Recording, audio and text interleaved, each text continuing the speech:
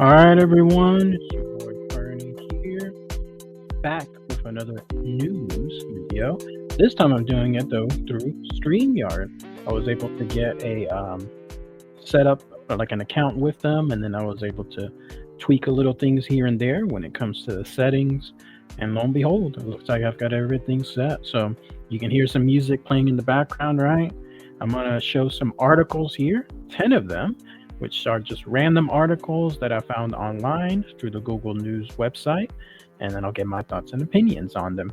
What's neat is that with StreamYard, I get to share screen, and then also pretty much it's seamless. Like I tested it out one by one, and everything seems to work good. Let me know what your comments are with regards to this as well, to this format. So without further ado, let's go ahead. Let's get things started. Let me see if I can share this next screen.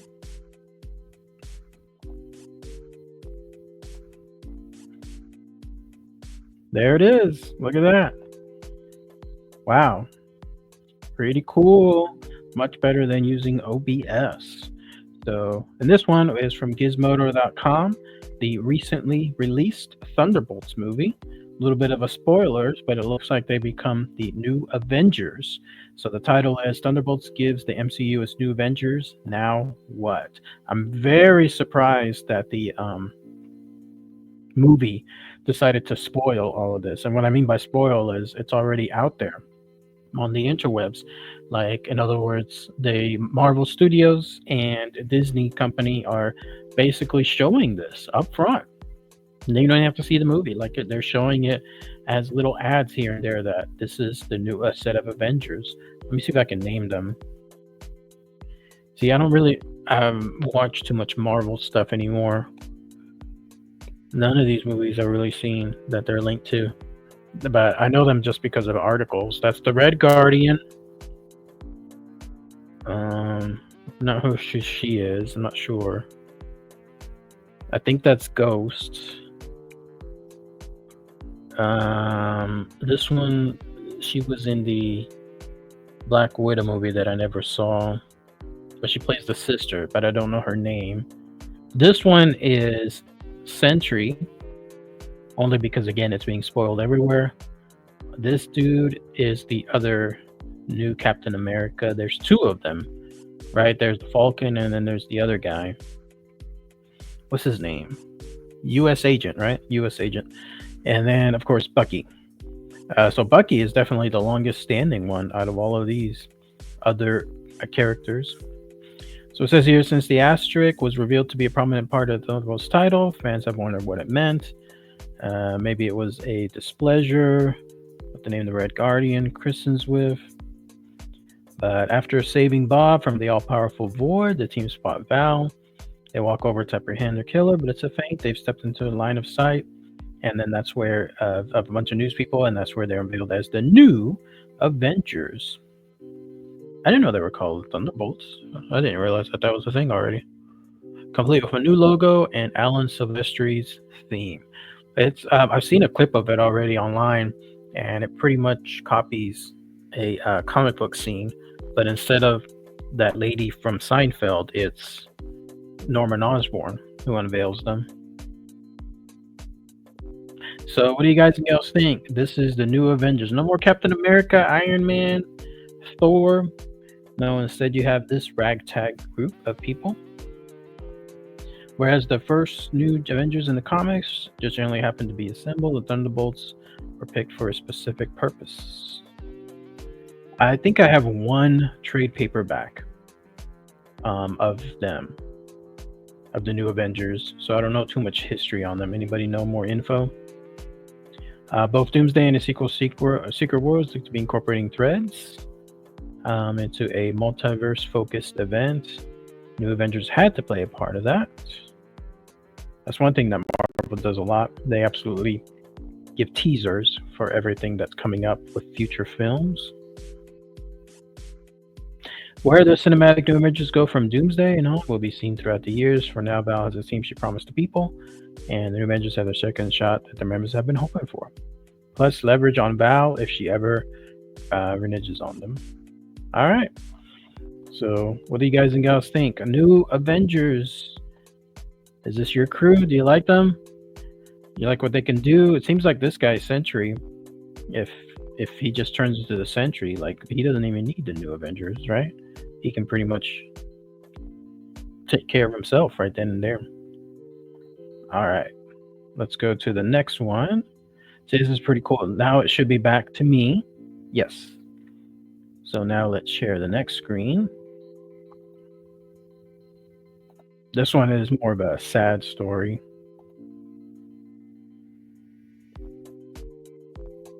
There it is. This is from abcnews.go.com. 88-year-old man and dog killed in bear attacks in Florida. This was striking because, of all places, Florida. Why would you expect to have a bear there? I was drawn to this article too because, as you saw on my channel, a couple weeks back, I was there in Mineola, Texas, out there in the middle of a forest. And that's where we caught the sound of a Bigfoot walking by. But before that happens, we were told that there was no less than coyotes, which we heard in the distance. Then there was a bobcat that someone had seen somewhere there as well. And on top of that, the land itself had wild boars. So all three of those dangerous animals. So it reminded me just the danger of being out in certain areas. But here, I think this is something where it occurred in a neighborhood. An 80-year-old man and a dog were killed in apparently separate bear attacks. Two of them or more, near the victim's home. So they received a call shortly after 7 a.m. involving a bear encounter. This occurred on State Road 29, US 41 near Jerome, just south of the Big Cypress Wildlife Management Area. Oh, that answers that. It looks like this was somebody that was living nearby that wildlife area. The attacks occurred sometime apart. Man and dog were found within a couple of hundred yards of the area. Victim was identified as Robert Markel, a longtime resident. Officials believe his daughter had called 911. His daughter saw a bear attack the dog and then went looking for her father, who was believed to have been attacked earlier on Monday. What? So the attack happened on one day from this bear, and then the bear later on attacked the dog, and then it went to look and attack the father again. We do know it was a bear attack. We don't know if it was the same bear or multiple bears. That is scary. If it was the same bear, that's crazy. The animal most likely would be a Florida black bear. Isn't that the thing, right? Between brown bears and black bears are the more dangerous ones, right? But they pale in comparison to a polar bear. Apparently a polar bear, you never ever want to come across one of those. Markel had been alone with a dog at the residence. There were several other residents from the property. The FWC warned residents and visitors that the animal may still be in the area. It's still at large, as authorities work to locate it and secure the perimeter. It has the FWC deployed 4 bear traps in an attempt to catch the bear. Sad story all around. You would never expect something like that to happen to you. This guy, no doubt, never thought that would happen to him, but it happened to him 3 times. Once on Monday, then with his dog, and then with him again. Wow. Sad and tragic story all around. My condolences. All right, let's go to the next one here. This one I picked because it's related to my other playlist involving mysteries and disappearances. Goes to show that inevitably some cases ended up getting solved. Woman missing since 1962 found alive and well. Wow, 60 plus years. This is from the BBC.com. So that's a picture of her right there. A woman missing for nearly 63 years has been found alive and well after the case of her disappearance was reviewed. Audrey Backerberg was 20 years old when she disappeared from her home in the small city of Reedsburg in 1962. In a statement, South County Sheriff Chief Meister said Ms. Backerberg's disappearance was by her own choice and not the result of any criminal activity or foul play. I remember reading some statistic. I wish I had it here, but it said, and this is kind of, it'll blow your mind. It said that around 3/4 of all disappearances are voluntary. Naturally, when you think of somebody disappearing, you think of like somebody being abducted, like taken straight off the street. That's it. But no, actually, it said 3/4 of them are voluntary, and that's what it looks like in this case. It was by her own choice. Sheriff said she was living outside Wisconsin, but did not provide any further details. It said Ms. Backerberg was married and had 2 children when she went missing. Wow. The group said that days before she went missing, Ms. Backerberg, now 82, had filed a criminal complaint against her current husband, who she married at the age of 15, alleging that he had beaten her and threatened to kill her. On the day she disappeared, she left home to pick up her paycheck from the woolen mill where she worked. And the couple's 14-year-old babysitter told police that she and Miss Backerberg then hitchhiked to Madison, and from there caught a bus to Indianapolis, 300 miles away. Oh, so she was there with Miss Backerberg. I wonder if it was like where she was there voluntarily, or was she taken by Miss Backerberg involuntarily? Babysitter then became nervous and wanted to return home, but Miss Backerberg refused and was last seen walking away from the bus stop. 60 years ago. Wow. She literally saw her walking away, and then that was the last of anyone had seen her alive on there. Case eventually went cold for a comprehensive review of cold case files was carried out earlier this year. It's amazing how these things happen. I read it over and over again. Case goes cold, and then give it a couple years, and those cold cases, whatever filing cabinet they're in, get re-reviewed again just to see if there's anything else that pops up. And here it's where it worked. The detective who solved the case, Isaac Hansen, told that an online ancestry account belonging to Ms. Backerberg's sister was crucial. Ding, ding, ding, another one. Another example. This must be that ancestry.com, where so many people are being found that way, both innocent ones and criminals, because of the DNA that's linking them to other people that are there. Detective Hansen said he contacted local sheriffs, where Ms. Backerberg now lives, and spoke to her on the phone for 45 minutes. I wonder if she expected that call. I think she was just removed and, moved on from things and kind of did her own thing and led her life. She sounded happy, confident in her decision, no regrets. That's it. No indication, though, if anything is gonna happen to her, at least criminal-wise. Is this a crime when someone voluntarily goes missing? Would that be something where somebody would file a criminal complaint? Somebody let me know in the comments, yeah? All right, let's go to the next one here. I really like this format. It's really good.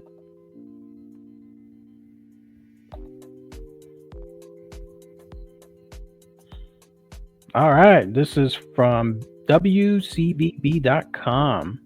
Boston's news leader. The reason I got this is because, fair warning for those of you out there that like to travel a lot, May 7th is the last day, sometime in May, I think, if it truly is May 7th, to get the real ID. So you absolutely must have the real ID. It looks like that little star logo. Otherwise, you won't be able to get on a flight. Well, you can use other type of IDs. You have to check. But for the most part, that'll be the ID to use. Is May 7th your last day to get a real ID? What happens if you don't get one? The Real ID Act, which was passed by Congress in 2005, enacted the 9/11 Commission's recommendation that the federal government enhance security standards for identification. In summary, after May 7th, you need a real ID if you want to access certain federal facilities, board a federally regulated commercial aircraft, or enter a nuclear power plant. Is May 7th last day? No. What alternatives are there? Passport. So that's the main one. What happens if I don't have a real ID or a passport and I show up at an airport? Short answer, maybe you can still fly. He says you have to plan ahead. Passengers without real ID can expect additional screening and the possibility of not getting through the security airport if their identity can't be verified. Let's see if this gives that list that I saw. What documentation do I need to get a real ID? Oh, I'm sorry about the list of what you can substitute with. Well, in this case, this is what it is. If you want to get the real ID, you need 2 documents: full legal name, date of birth, social security number, 2 proofs of addresses, and lawful status. That's a lot. Wow. Before visiting your state driver's license agency, check their website. Each state also requires different fees. How can you tell?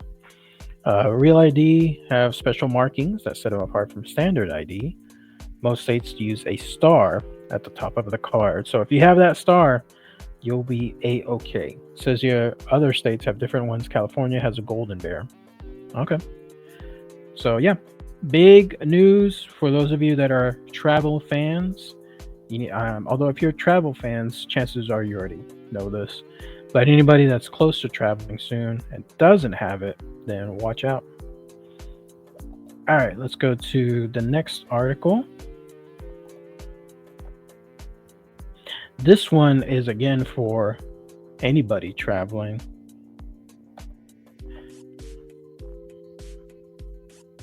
This one was a little scary to read. This is from the BBC.com. It says Newark air traffic controllers briefly lost contact with planes. Wow. There's the airport. Always busy. Where I'm at, it's always busy. Always.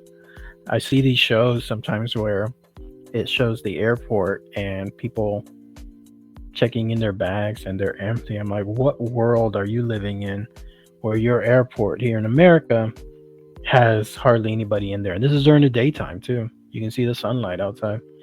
Air traffic controllers at Newark Liberty International Airport briefly lost communications with planes under their table, unable to see, hear, or talk to them. Wow. The 28 April incident led to multiple employees being placed on trauma leave, contributing to hundreds of delayed or diverted flights. What happened? Was there a power outage? More than 150 flights have been canceled so far on Monday. Bad time. If you're there in that area, this is not going to be fun for you. The airport, one of New York's busiest hubs, have been grappling with staff shortages for more than a week. It says here the FAA acknowledged our antiquated air traffic control system is affecting our workforce. Confirming the controllers had taken leave following the incident, the FAA said it could not replace them, not quickly. We'll continue to train controllers who will eventually be assigned at this busy airspace. Air traffic control operations at the airport have come under constant criticism recently. Wow. I keep hearing about that too, that there's a lack of employees. It's just a high stressful place. It's totally understandable. You're handling so many people's lives in your hand on a daily basis, looking at a screen and then helping determine where things go.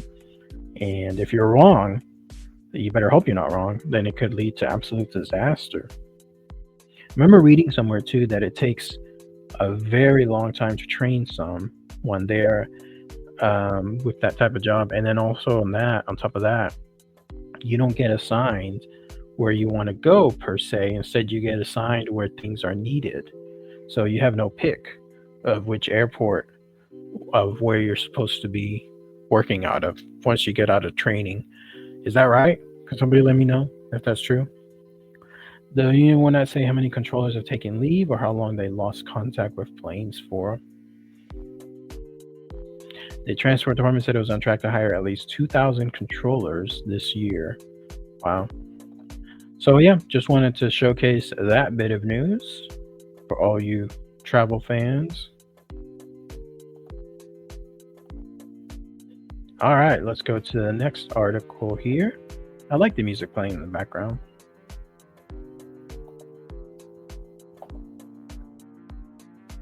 This one is about, oh, never mind. It says here, I have ad blocker turned on, get unlimited access. See, I would turn it off. But the problem is, there's so many ads, it'll actually like freeze the web page itself. It was about Waymo, about those automated taxis, because I see some around my area, and so I'm wondering now: is this truly the wave of the future? It looks like I can't talk about it. So sorry about that, guys. Let's go on to the next article.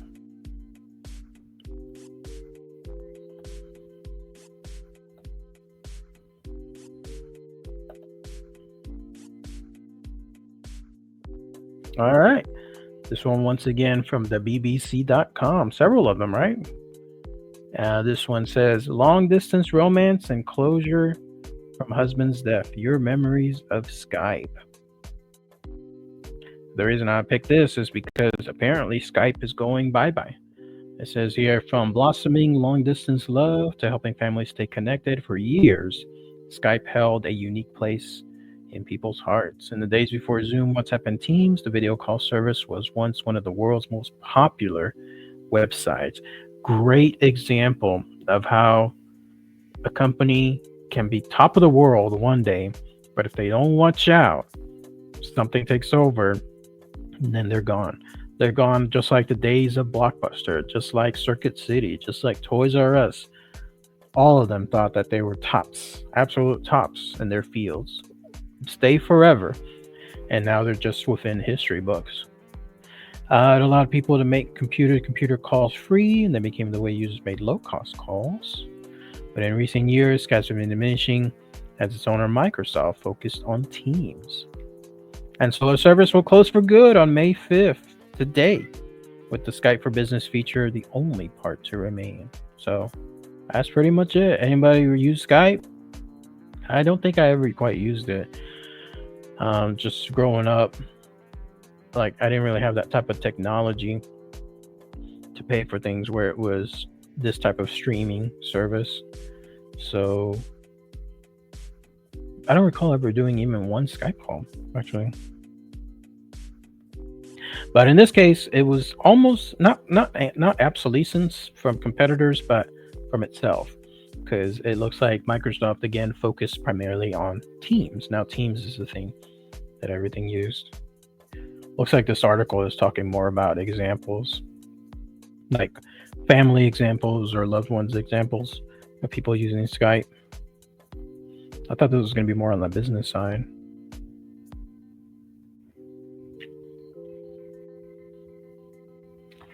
When Skype fell away, it had millions of users still. It said it had 28 million as of March of last year. Wow.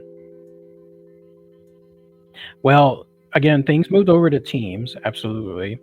But the big elephant in the room happened to be with Zoom. Zoom absolutely took over when it came to the I can't say the word on YouTube, but you know what I'm talking about. The thing that happened a couple years back where everyone suddenly had to stay at home, and so something else came on board, Zoom, to help out with all that remote stuff. So that was a big competitor that came out of nowhere, took advantage of a sudden need, and then just became number one almost. All right, down to 3 articles. Let's take a look. In a weird way, tying into the previous article. Oh, that's my kitty cat. Hi, Tum Tum. How you doing, Tum Tum? This is from mynintendonews.com. The reason why I picked this one and how it ties into the other one was, again, Nintendo is smart. They don't want to have competitors take over. And so it says here, Nintendo reveals it began working on Nintendo 2 Switch in 2019. Wow, 6 years ago they started this. Because again, they knew their competitors would be working on the next thing. They can't, in other words, stay quiet. They have to absolutely just continue working on the next big thing, and then that way they continue to stay on top. Nintendo is taking accessory manufacturer Genki to court due to the aforementioned company infringing on its trademarks. Nintendo started working on its platform shortly. They released the Nintendo Switch around 2019. This was a case that was apparently happening. I was going to read about an article on it, but instead it looks like it's here anyways. But it said that another company is being sued by Nintendo because they basically, I think, copied the design. Is that right? And so because of that, they went to show that no, this has been working on since 6 years ago. So it's our design. Seriously though, how could anybody try to copy Nintendo and think they could get away with it? Nintendo is absolutely one of the most well-known companies when it comes to vigorously defending itself. Just like Disney is out there. Who's another one that absolutely defends itself in the entertainment world? Well, music industry as a whole absolutely defends itself on anything. If you try to copy any kind of music on their end, you'll have no chance. Absolutely. All right. 2 more articles. Let's share the next one here. This is for all you fans out there of Lady Gaga. This just happened the other day. This is from Variety. It says here Lady Gaga's free concert on Rio's Copacabana beach draws a record-breaking 2.5 million people. Have you seen those pictures? Like, you can't see any part of the beach. It's just pretty much people.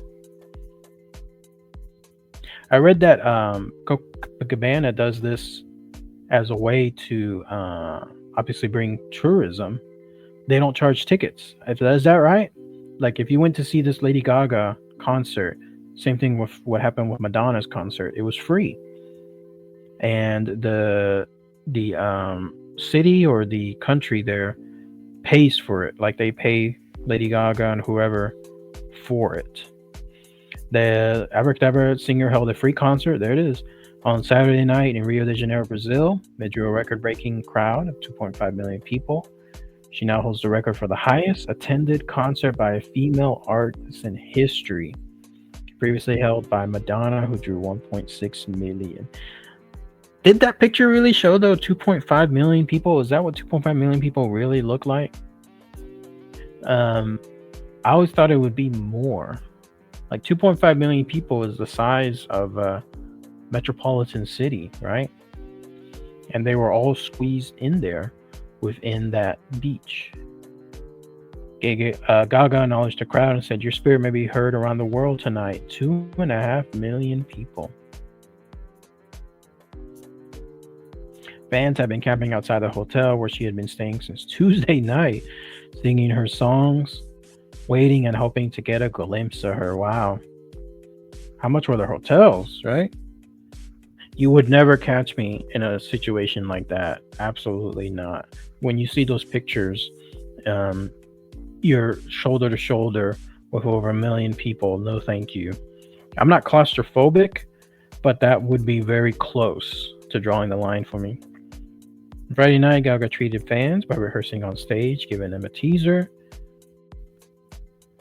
She's all right. Like, I like some of her music. I don't hate it. I'm just not in love with it either. It's been 12 years since Gaga last performed in the country. She opened the show with Bloody Mary, Poker Face, Alejandro, Mayhem. She treated her fans to a new costume. So if this was the largest crowd for a woman artist, does that mean there was a guy artist that had more?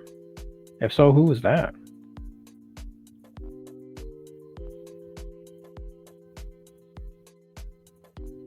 So far, there's no pictures of the crowd. Nobody shows it. Okay. Well, that's the news there. And now, finally, let's go ahead and let's go to the last one.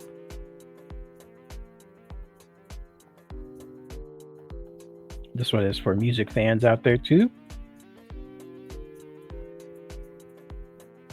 No. Oh, never mind.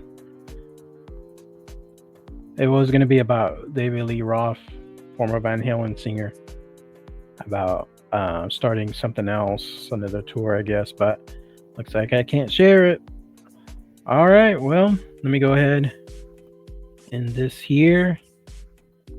Go back to, did I share Godzilla from before? I thought I did. Let me go back. There he is, Godzilla. So that's pretty much it for today's news. Let me know what you guys and gals think about this. Post it in the comments below. All right, everyone. Talk to y'all later. Take care.